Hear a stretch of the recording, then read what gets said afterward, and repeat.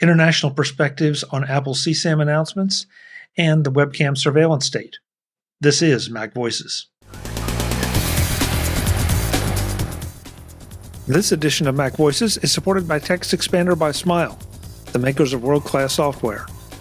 Visit textexpander.com/podcast to learn more and download your free demo. Welcome to MacVoices. This is the talk of the Apple community, and I'm Chuck Joyner.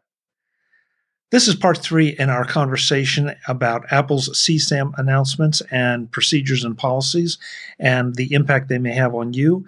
And it has taken a decidedly international turn. That's where we start with this.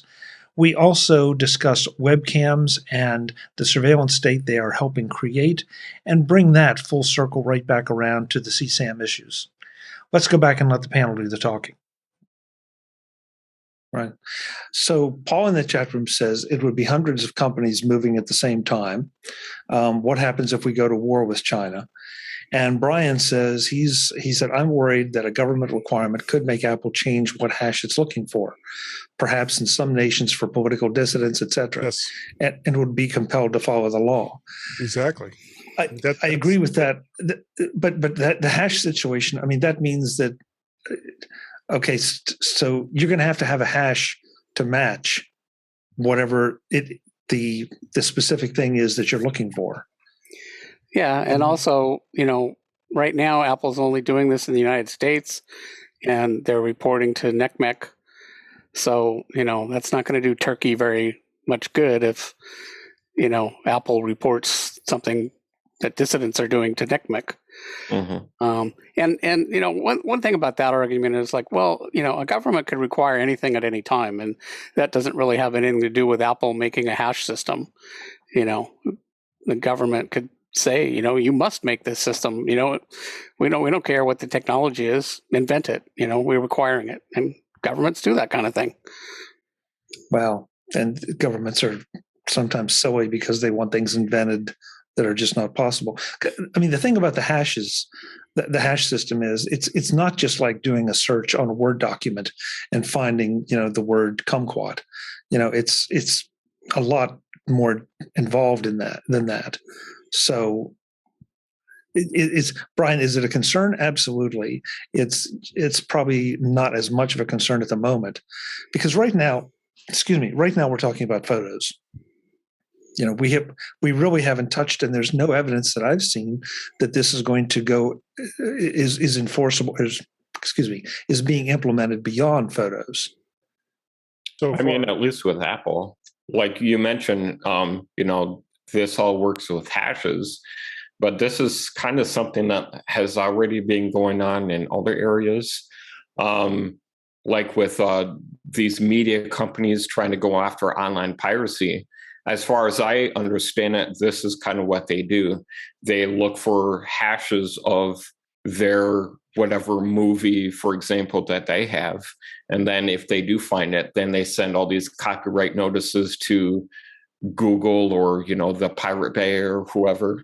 So I think building a database of something beyond CSAM is probably, someone could probably do that. But I'm not sure that Apple could modify the system to search for these other things. Well, they could. It would require breaking their own encryption, but yeah, they could. Well, obviously, things on your device, if you can see them, then Apple can see them, or some version of them. No, they can see them. Full stop. They can't display it to you on the screen unless it's unencrypted, or you can't listen to it or read it, or your senses cannot process encrypted information. So the device has to be able to access unencrypted information in order to show it to you. And, I think that's one of the distinctions maybe between a device and something on a server. You could have stuff on a server and it's encrypted, and the person who owns, has that computer, they can't read it or see it or view it or whatever it is, because it comes back to your device and it's decrypted there. But the device, it has to be decrypted on the device because that's how humans can, use it. But yes, I agree with you, Jim. But if you turn off iCloud and you are just storing your Oh, I'm sorry. material- I'm not talking about what Apple's doing now. I'm talking about the theoretical, What they could do later. what they could do, Okay. or what a government could mandate that they do. Yeah, I mean, because in the case of what was it, the one shooter, and they wouldn't unlock the iPhone because they said they couldn't, because that they don't have the key to that encryption that is on the device. Now, it'd be interesting to go back and revisit that and find out if the shooter had iPhoto turned on, if there was anything being uploaded. But at the end of the day, that device was encrypted and they couldn't get into it. They couldn't then, but if they changed their method of encryption to where they could do it, then they could. It's what a company is capable of doing right now isn't the same as what they're going to be capable of doing tomorrow. And I think in this particular case, Apple couldn't do it then, but with a few changes to how they move data around, they could do it tomorrow. Well, they couldn't do it without the user's authentication. But when the device is running, obviously it's authenticated. Oh yeah, but I mean, in that case, the user was dead, and right. they couldn't get in. Now, Guy, you make a very fair point. That was at that point in time, and if my device is sitting here and it's unlocked and it's running, the operating system could be scanning whatever's on it because obviously it has all the access to everything. That's how I can see it. Sure, but what if that device is turned off, or that it's timed out, or what have you, where you have to re-authenticate in order to get to it? Then or if it's not connected to the internet. Well, then it's unencrypted, or it's decrypted, so you can utilize it, but it's not going anywhere. It could be sitting here while I'm using it, scanning it, and saying, "Oh, yeah, I see some potentially nefarious thing, and I'm going to send this to my server and notify somebody." So it's not unlike what they're going to do with messages, right? For children. Well, the point is they control the horizontal and the vertical. There's nothing they can't do. And that's essentially what the government was asking them to do: put in a back door, which they could do at any time.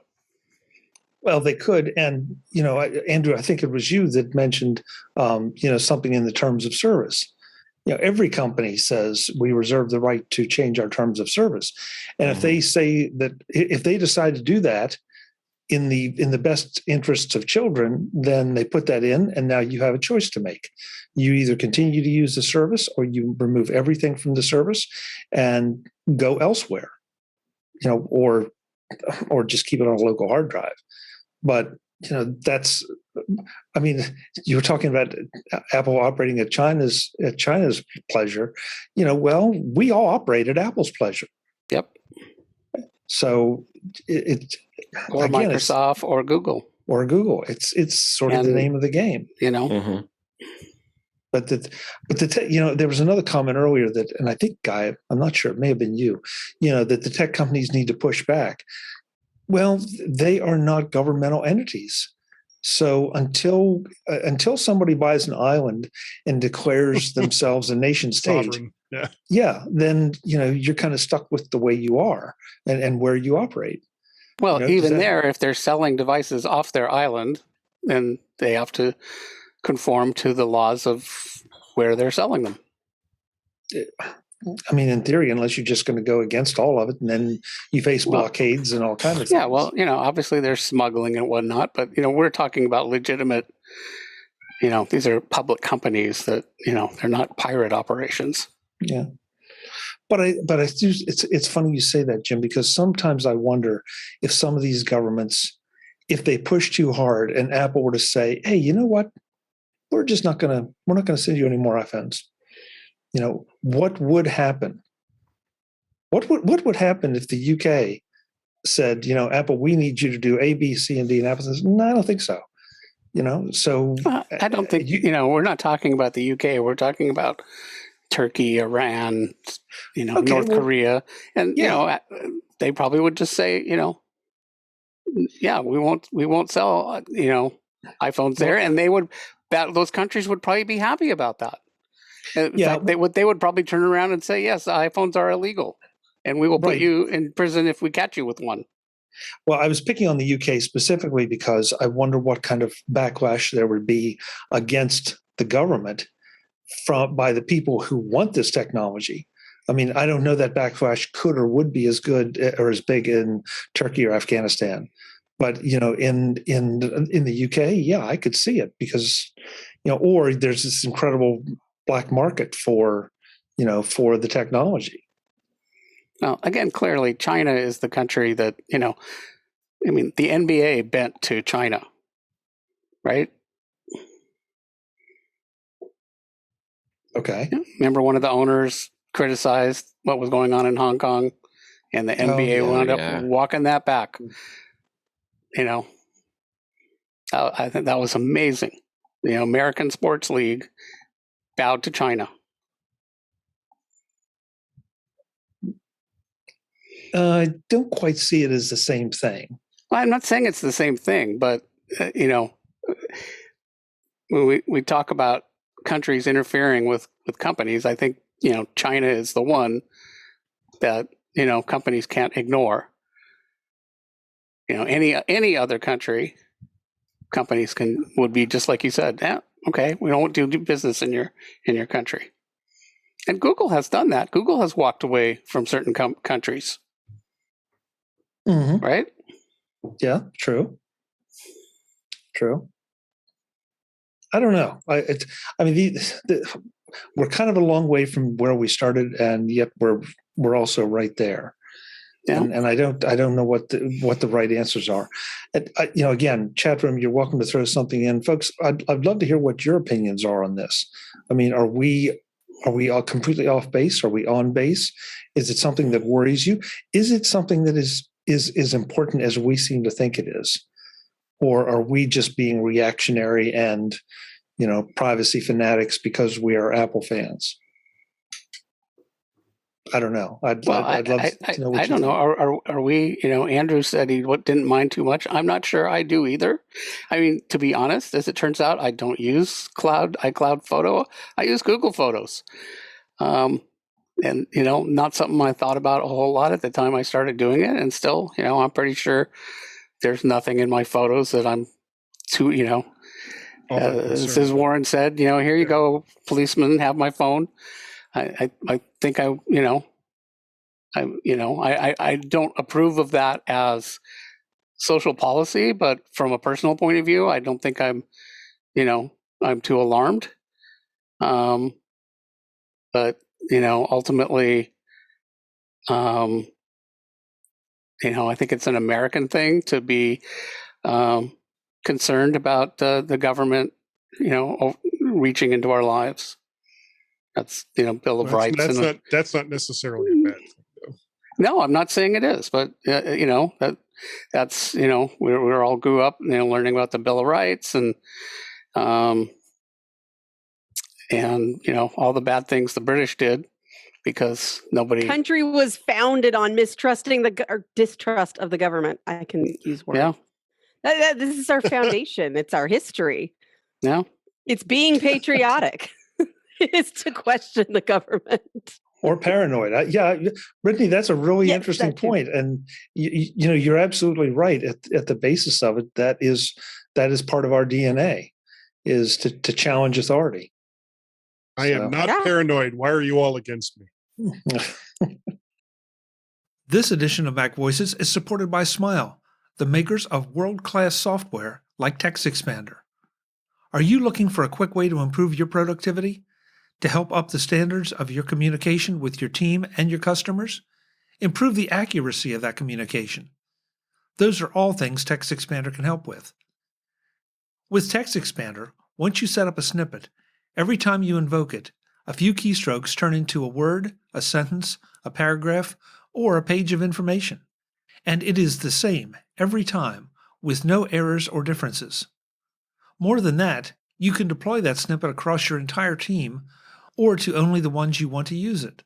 So that customer response that you so carefully crafted is delivered with no variation and with 100% accuracy every single time. TextExpander is easy to set up, easy to deploy, and easy to use. It's also easy to get. Visit textexpander.com/podcast to get all the details and download a trial version. Then decide on how many different ways TextExpander can be used in your business to help improve efficiency and accuracy. textexpander.com/podcast. Get it today and be using it later today. textexpander.com/podcast. Thanks to Smile, the makers of TextExpander, for their support of MacVoices. So Webb in the chat room says, I thought it was the commissioner. I assume, Webb, you're talking about the basketball thing.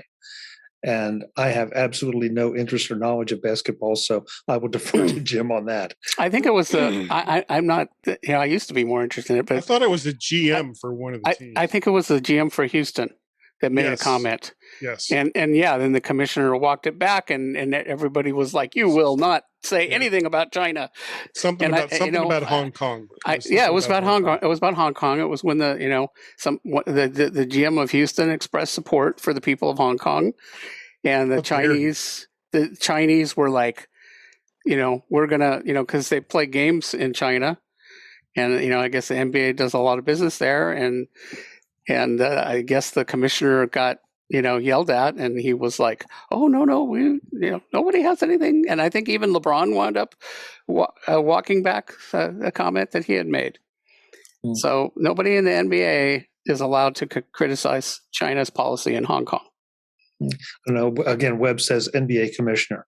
So well, he was the one that walked it back. Yeah. But I don't think he was the one that made the initial. He wasn't comments. the one. Paul says this could just be the beginning. Look at Facebook. Webb also says giving up my phone is not my concern. It's having all of my confidential info, like bank accounts and credit card numbers, exposed to someone that I'm supposed to trust. And Webb, I absolutely agree 110% with that. I don't think anything here, unless you're taking pictures of your credit cards and putting them up in iCloud photo, which I would not advise no matter what. I don't think that's really an issue here. Andrew, would you concur? Yes. I mean, I agree. You probably shouldn't store that kind of information in any cloud, but this system is not going to detect passwords or pictures of credit cards or anything of that sort. Well, and credit card number is, that's something you hand out all the time anyway. People give it to a waiter in a restaurant, which makes me nervous. Yeah. But so I don't think, by itself, that's not, I'd probably be more worried about the Social Security card. Yeah. Even that is probably out there already. Probably, but, I think it'd be more helpful to somebody wanting to steal your identity, the Social Security number. Today's edition of MacVoices is supported by Smile, the makers of TextExpander for Mac, iPhone, and iPad. TextExpander is the best way to get more productive with your Mac. A few keystrokes can correctly enter your phone number, your address, a paragraph of text, or a page of code into whatever you're working on. And it does it the first time and every time correctly and in a flash. That means no more fat-fingering information that you know so well. You do that by setting up what TextExpander calls snippets. You set the content of the snippet, you decide what keystrokes or phrase you will use to trigger your snippet, and you're done. Your snippet is now ready to use. If you're a one-person operation, that can be an incredible time saver. But if you're in business, TextExpander's value jumps exponentially. Now, when a team member uses your snippet, not only do you get accuracy, but also consistency for whatever your snippet is about. A service call response, a tech support answer, TextExpander makes sure that what you once said is what is said. Find out how TextExpander can make a difference for you and for your business at textexpander.com/podcast. Click the link now and you can be starting to tap the power of TextExpander in just a few minutes. textexpander.com/podcast. Check it out. Thanks to Smile, the makers of TextExpander, for their support of MacVoices. Okay, so I can't help but do this. I'm going to do this. I was not going to do this. I was not going No, to. don't. I'm afraid this will take us in a whole nother direction. But where was I? I was somewhere over the weekend where I had to wait, and they had a TV on with an infomercial about a webcam, or excuse me, a home security cam. Put it that way, a home security cam that. She'll be nameless. And they made a big deal out of the fact that they've already sold 8 million of them. 8 million, that's one brand. Okay, so I look at that and it's like 8 million of just one brand, and you have lots more brands out there. I mean, we exist in a surveillance state now. I mean, I have cameras, poking out of my windows to watch my house, and I have cameras in my house to watch my house. And I bet that there's more than one person on the panel that has at least one camera somewhere. So, how does that factor into? We're having all this concern over privacy and everything, and yet we are part of the problem where we are making ourselves less private all the time. When Facebook came out, I mean, you all have read the stories about the CIA talking about how they try to keep dossiers on everybody, and they gave up because everybody just throws stuff out on Facebook. And I know in my industry, one of the first places you go if someone is involved in a lawsuit is look them up on Facebook, because the odds are they're going to tell you a bunch of stuff that you want to know. I don't even need to do surveillance on people anymore. I just go to Facebook. They're happy to tell me where they are and what they're doing. I mean, no, I agree. That is kind Some of the people reality. are happy to do that. Yeah, Jim. Yeah, not everybody, but I saw yesterday on my local Nextdoor, which is a kind of a weird thing, but there was a really weird post that somebody in my neighborhood had somebody parking a car in front of their house and putting a camera facing this person's house, and then leaving and then coming back. And they were doing this for several days on end. They called the police, and the police are like, we can't do anything about it. Because they were on a public road. Yeah. Mm-hmm. Yeah. Well, and they were like, if you do anything to this car, like put a piece of paper over the camera, then you're going to be in trouble. Yeah. Well, I'm not talking out of school here. It's no secret that insurance companies do surveillance on workers' compensation claimants at times to detect fraud. Mm-hmm. And I mean, I've had some of those cases where somebody, my back, I can't walk. And then you catch them Saturday night at the bowling alley. I guess throwing strike after strike. I mean, come on. This may circle around actually to our topic, because this person was saying that they had a 12-year-old daughter. So they were concerned that this might have had something to do with that. Right. So there you go. There's your slippery slope, Jim. If it did have anything to do with the 12-year-old daughter, none of us here would disagree that something should have been done about it. And yet, the way the laws are written, because they were on a public street, they couldn't do anything about it. Legally, they couldn't do anything about it. I feel like I've been skiing all night. It's just their slopes are really slippery.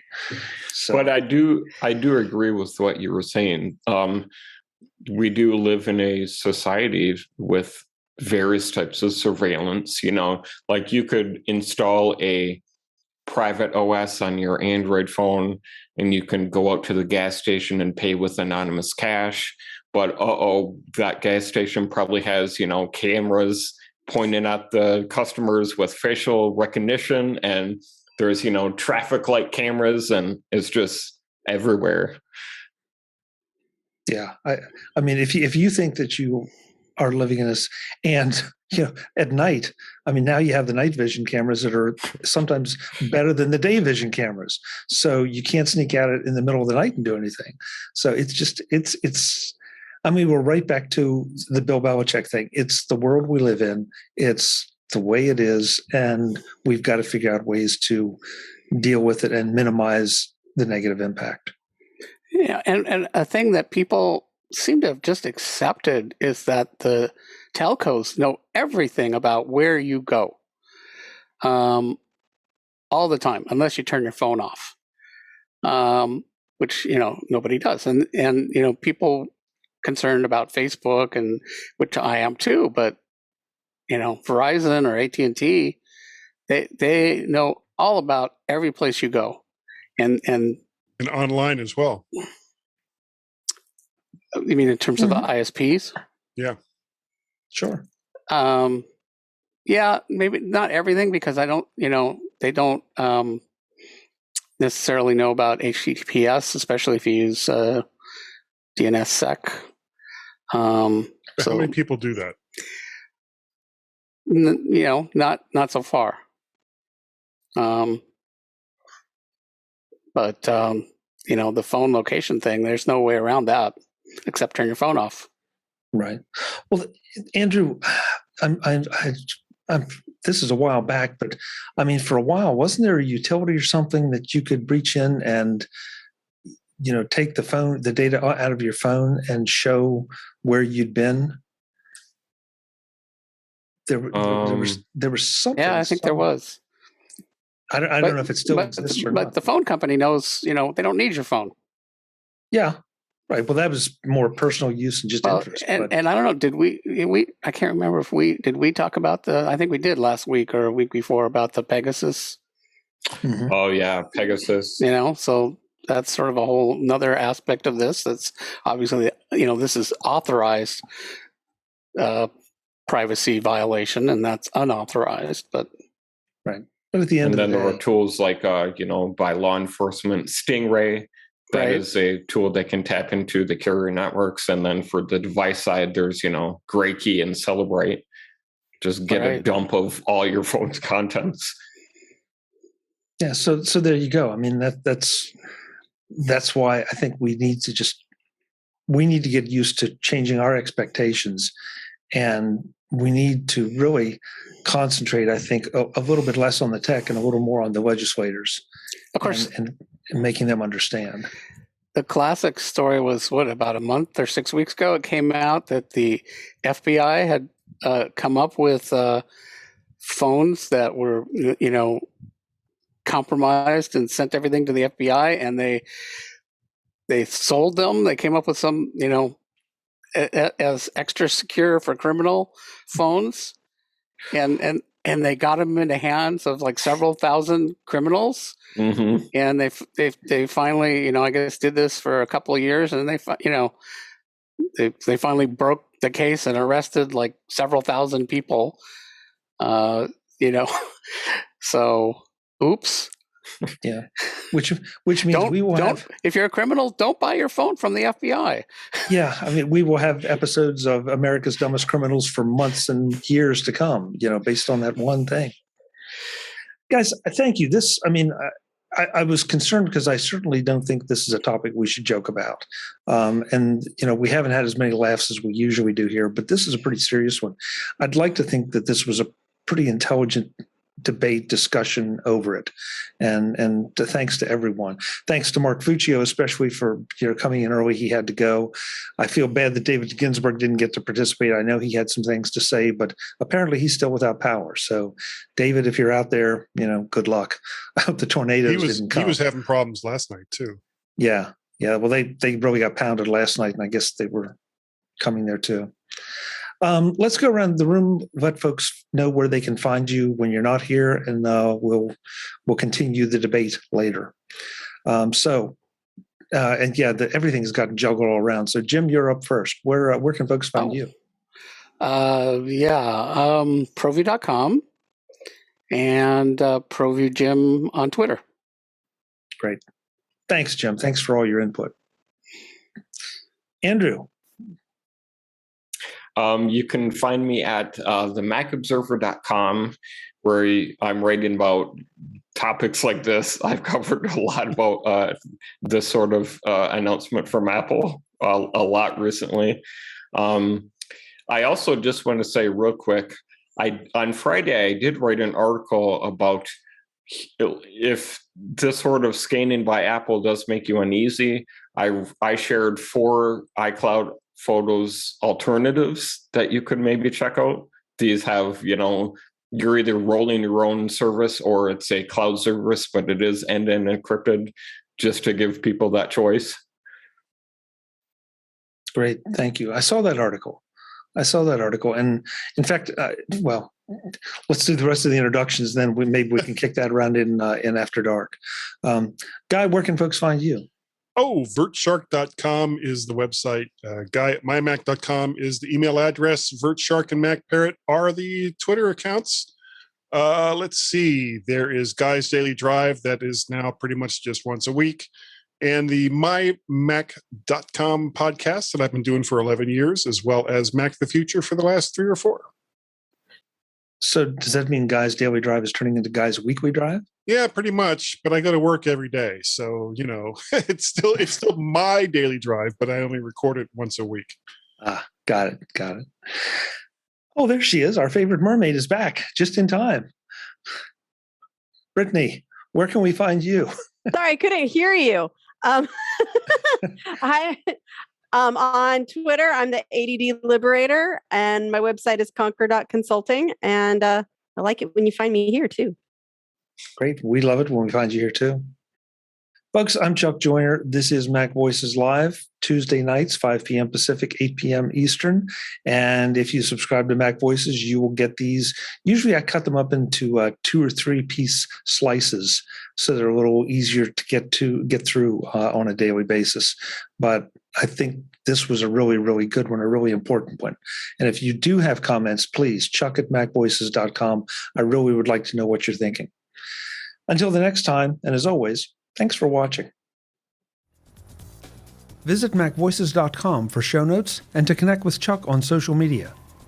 Get involved in our Facebook group or like our Facebook page, and get more out of your Apple tech with Mac Voices Magazine, free on Flipboard and on the web.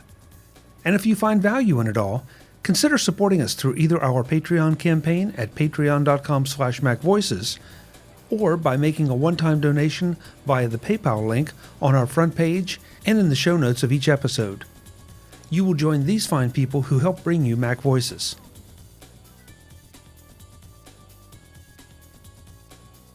Advertising handled by Backbeat Media at backbeatmedia.com. Bandwidth provided by CacheFly at cachefly.com.